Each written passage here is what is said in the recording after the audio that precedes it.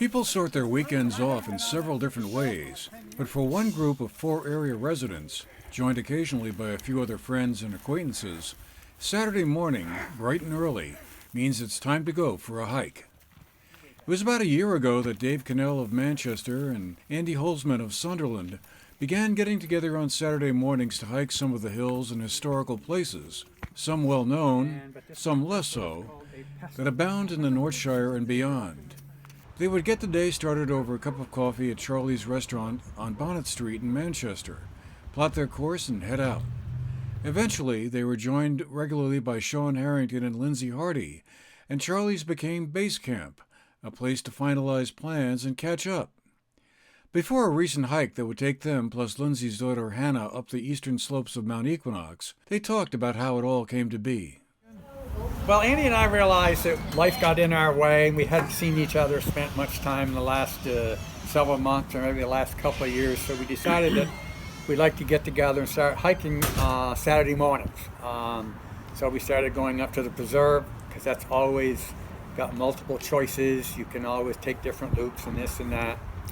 And then as it kind of got crowded, with the COVID, we were a little uncomfortable being around so many people that we decided that we'd head out and venture out and find some other places that were less populated. So typically our routes, graduated from winter snowshoe, micro spikes, to when, this time of year when things start melting down and you want to get out and do some more serious hiking.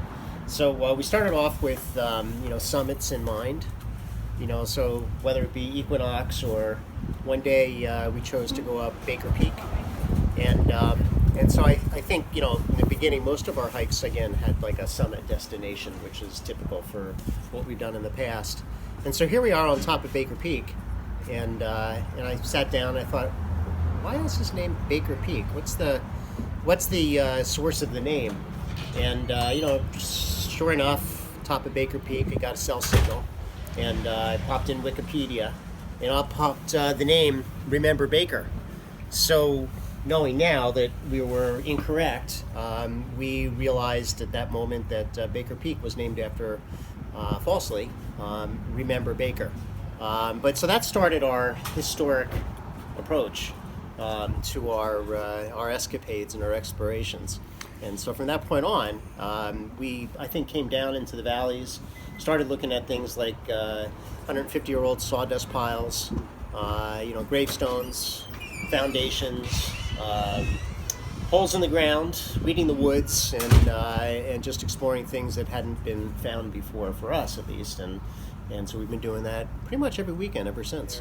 But typically there was a little bit of discussion during the week, a topic that would pop up, and then as we started meeting him, then along the way, we were blessed to have Lindsay and Sean join us. All of a sudden we had an upgrade.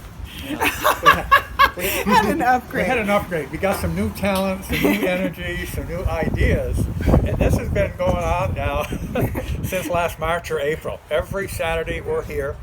Lindsay and Sean let their occupation and jobs and raising children get in the way a little bit. So Andy and I are 100% convinced. It's like playtime. It's my favorite day of the week. Yeah, I got to come along. Sean got an invitation because I can't remember what the first hike was, but it was something historical, and they wanted his, historical perspective. And he called me during the week and he said, "Why don't you come along and surprise Dave Q?" And I said, nothing would make me happier than doing that. Or Dave Q. So showed up one Saturday, and I don't know if that was a quarry or what that was, but then ever since then, like Dave said, throughout the week somebody comes up with an idea, and usually I just show up here on Saturday morning and say, sure. Yeah, no, it's been, we've had a lot of fun, we try to be factual. Sometimes I encourage the legend. But we have a lot of laughs. When we're at a site that has some sort of historical significance, like when we went to, Downers Glen. to be able to be in the site, and then he just pulls up his phone and goes like this, and then says, "This is what it looked like in 1890 or 1930 or whatever." So then we have the visual of what it used to look like, and we're actually standing in the space, which is remarkable. And then you feel that history. And you know, some of these places that we've been to is we don't know the last time somebody has stood there. And that's really kind of fascinating and powerful. Yeah, Sean, there's a couple of things. Wherever Sean points, that's where we go. When Sean says it's up there, that's what we do. We go wherever he says. But in similar to that, when Andy and I were down to Ghost Town, and we're standing at the would have been the porch of the old hotel, trying to visualize, you know, where the clock tower and the gambling casino was, and he pulls up that same picture.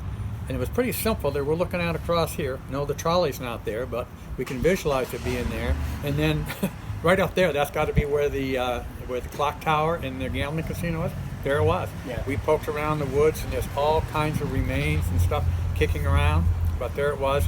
And then from there, we went on and found maybe a half a dozen charcoal kilns. Then it was off to wherever. The first stop being a parking area just above Burton Academy, where the trailhead for the Blue Summit Trail begins. Up and up we go, noting wildlife, and on to the first stop, the Deer Knoll, with its sweeping views of the valley below.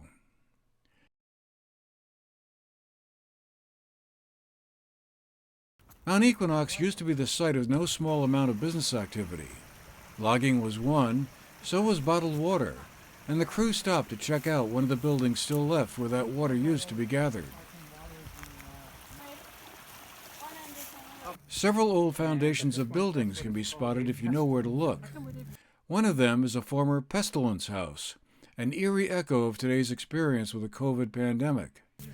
Back in the 19th century, people who contracted contagious pestilences would be sheltered and isolated from the general community, as Dave Knoll explained. I'm thinking maybe in the late 1800s, and it was common to have them throughout New England. I found 3 or 4 other ones in Vermont, not a lot of information. This was New England's way, not just Vermont's way, of taking the disease-infected population, put them out in the boonies, said, "We'll bring you food once in a while. You're going to survive here." From there, it was off to the famous rocking stone, where one rock is carefully balanced on another. This is, however, on private land, so permission needs to be obtained before walking there. Then it was time to head back down, along several trails that crisscross the side of the mountain, and maybe to start thinking about where to go next week. Back at the starting point, it was now open season for an ice cream snack, according to the team. It was a perfect end to a perfect hike. Ice cream. That's why we did it. That's the treat. Exactly. An excuse to go have ice cream? Yep. Yeah, Exactly. We earned it. We paid. Totally. We're good to go. Next week, it looks like they'll be heading for the far reaches of Glastonbury to check out the old ghost town of Fayetteville, once a thriving logging community, but which has been abandoned and uninhabited for decades.